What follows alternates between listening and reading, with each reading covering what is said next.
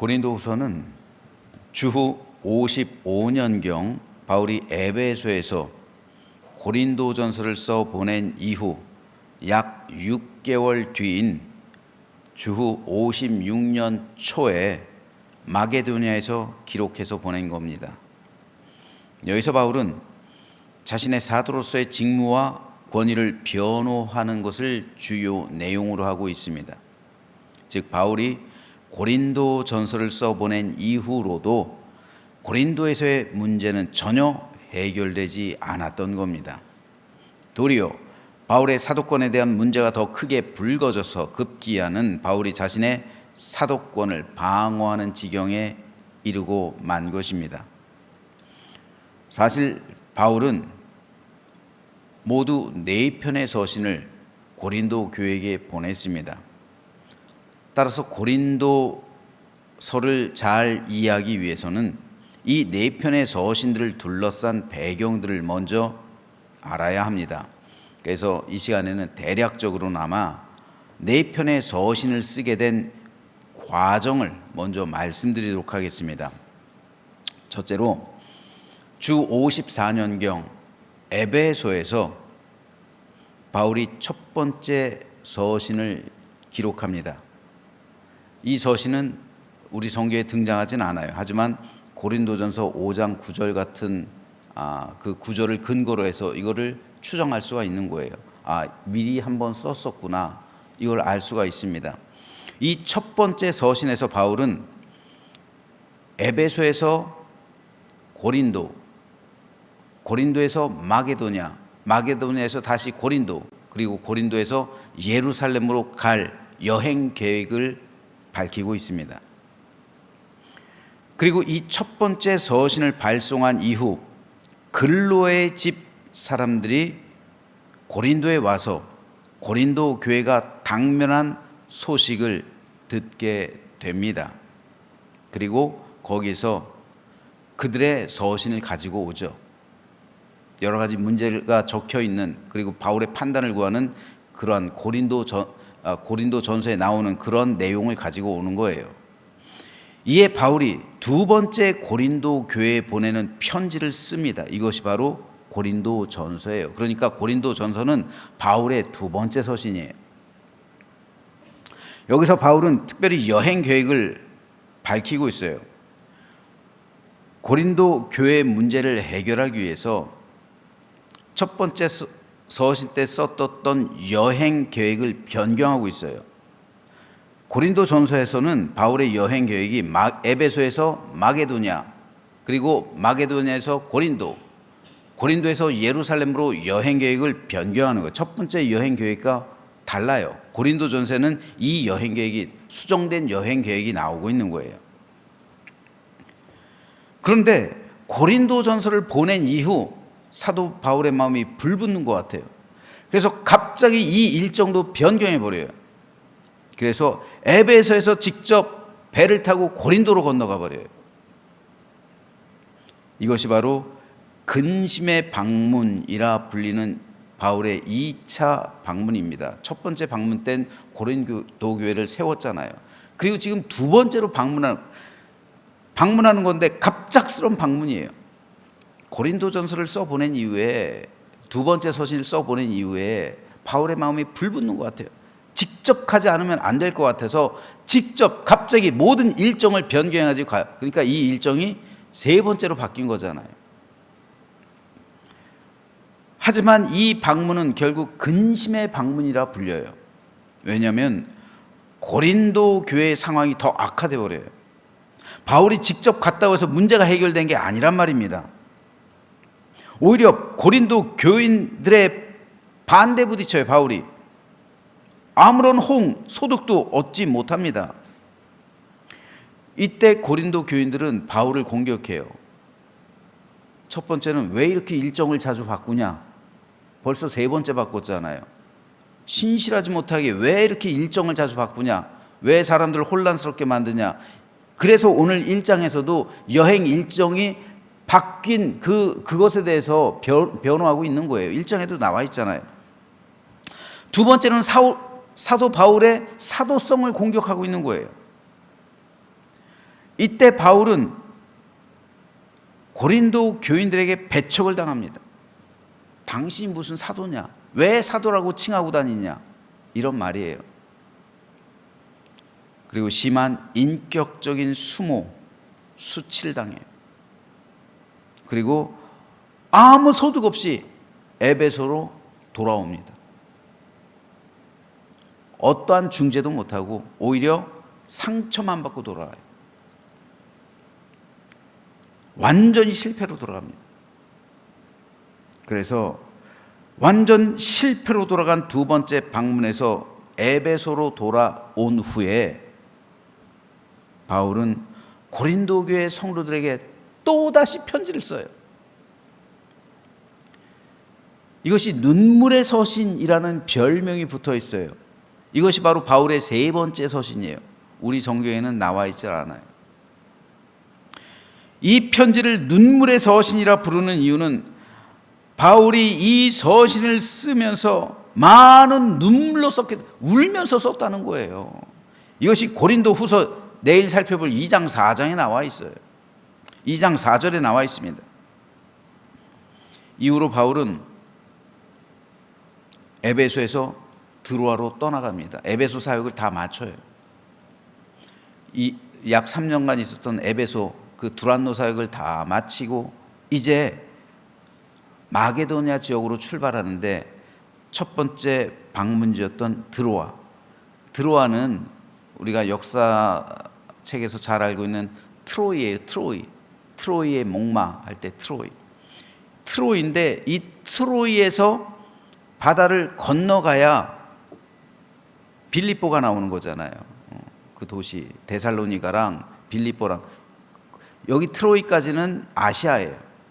그리고 빌립보 거긴 유럽으로 들어간다고요. 그래서 꿈에 사도 바울이 마게도냐 지역인데 거기서 오라고 손짓하는 걸 꿈꾸잖아요. 그러니까 그 아시아의 마지막 도시가 드로아예요. 이 트로이란 말입니다.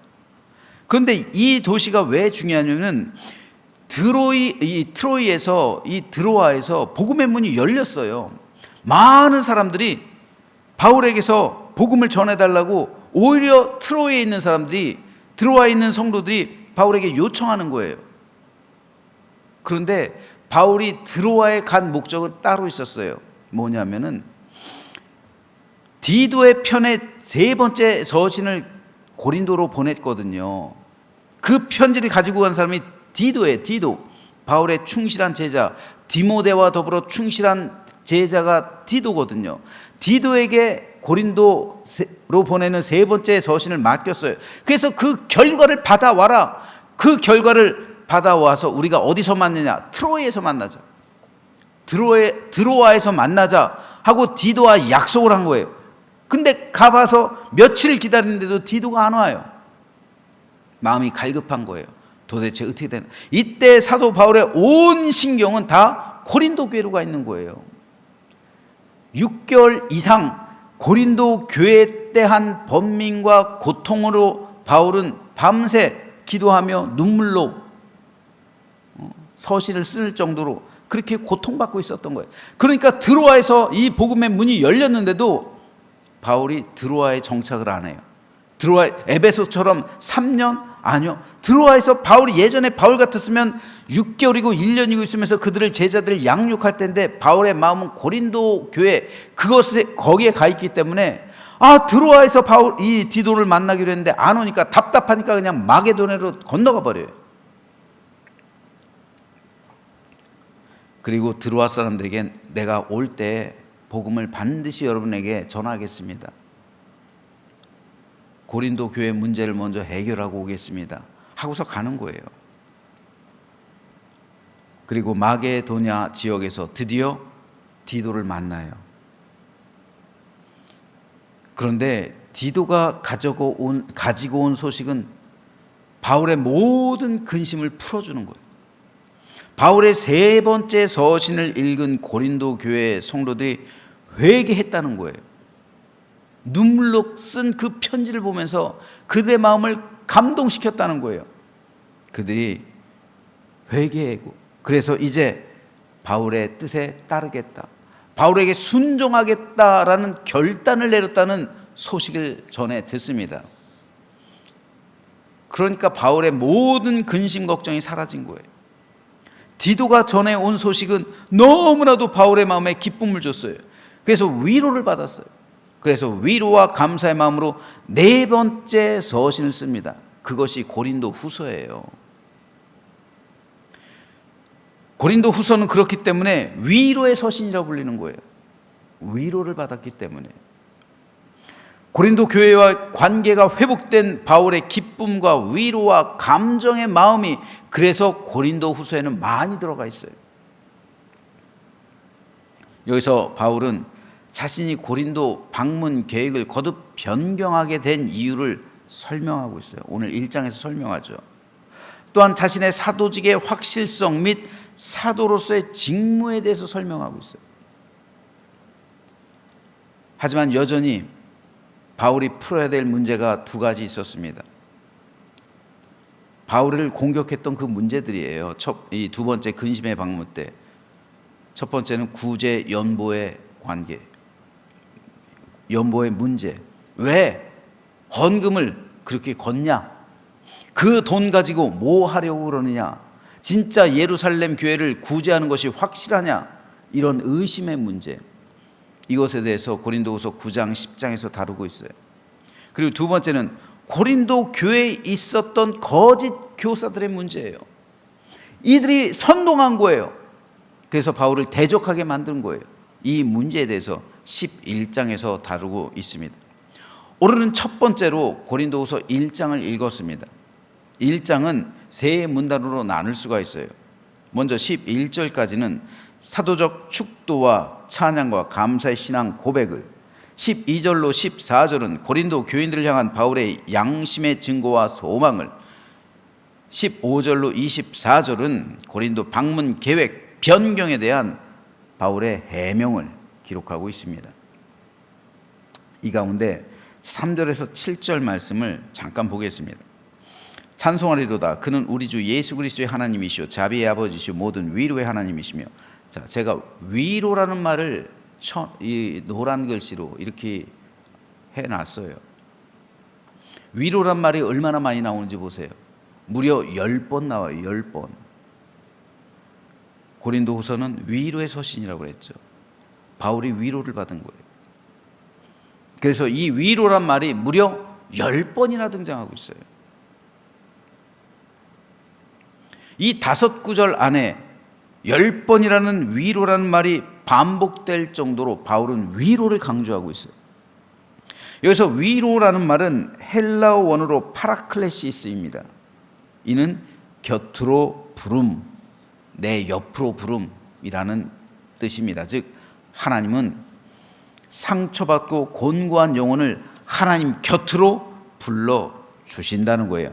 하나님 곁으로 불러주시는 것, 이게 위로란 말입니다.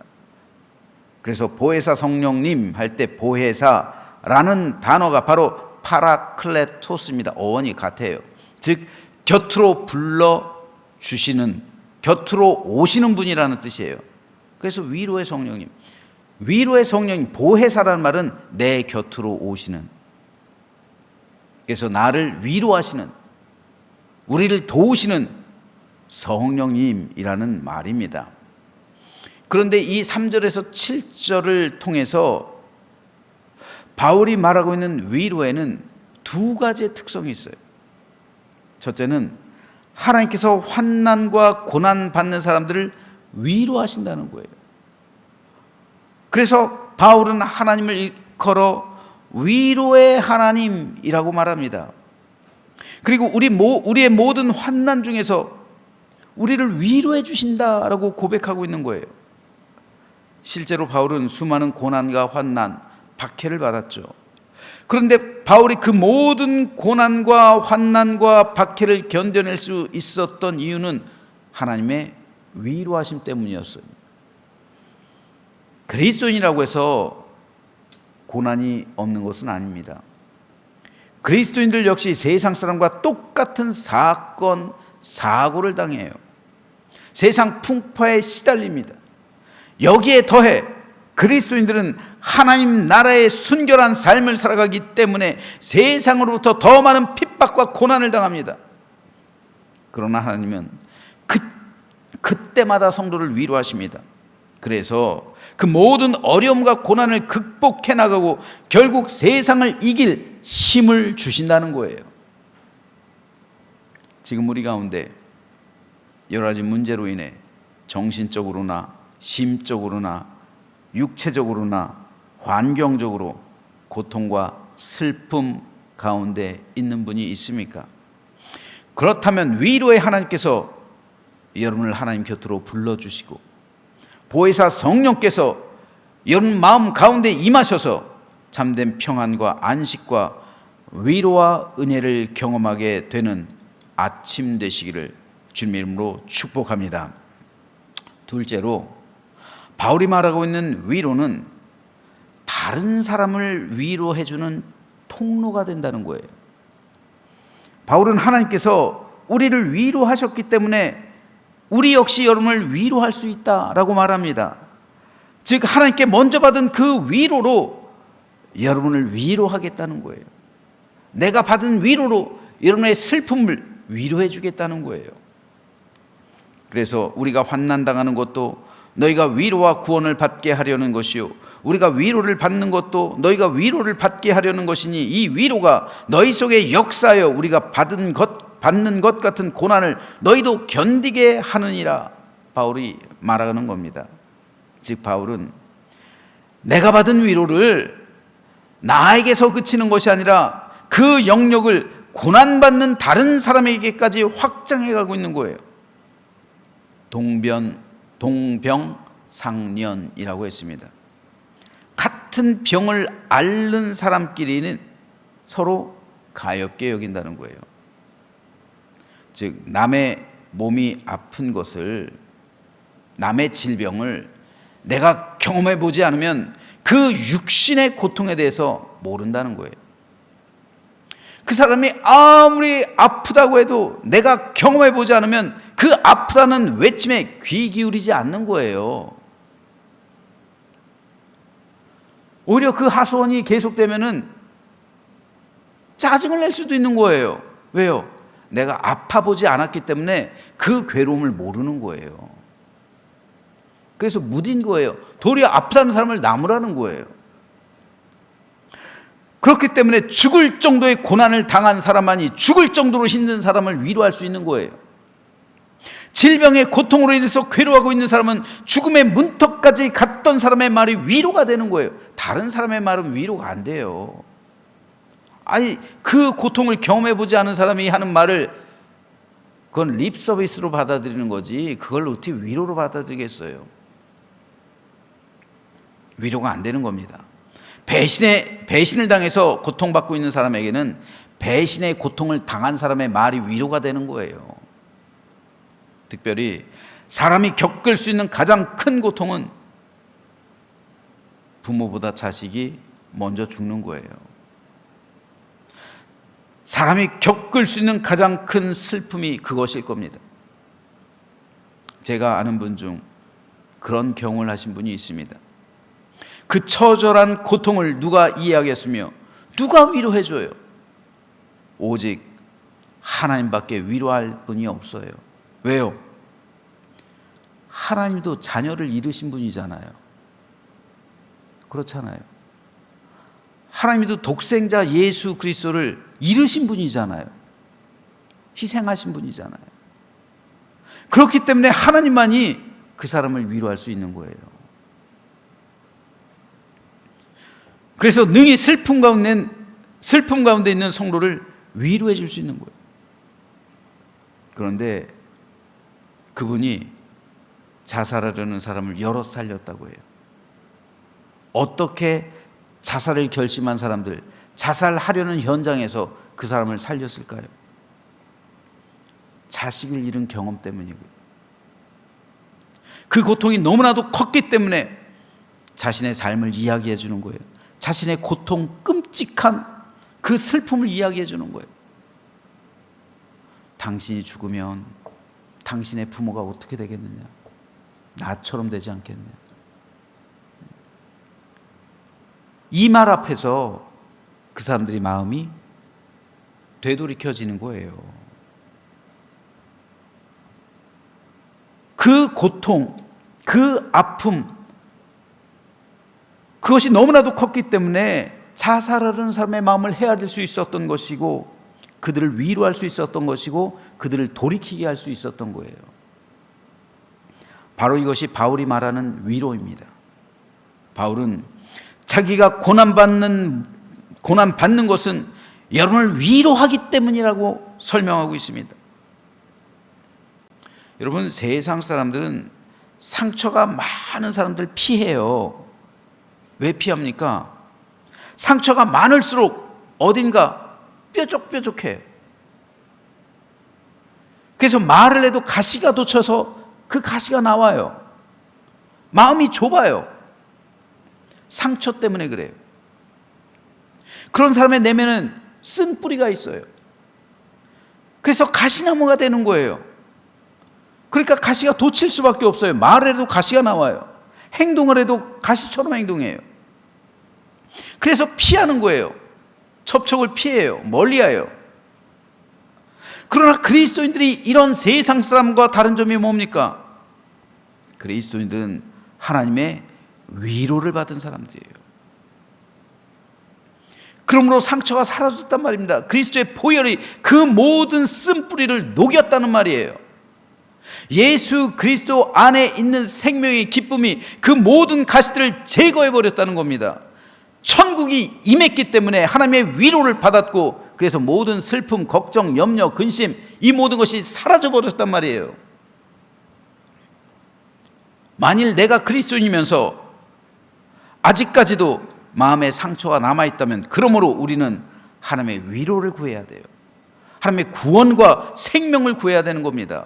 구원받은 영혼, 예수 그리스도의 십자가 보혈로 깨끗이 인침받고 모든 것이 씻음받은 사람에게는 쓴뿌리가 남아있는 게 아니에요. 쓴뿌리가 남아있으면 아직 그리스도인인 게 아닙니다.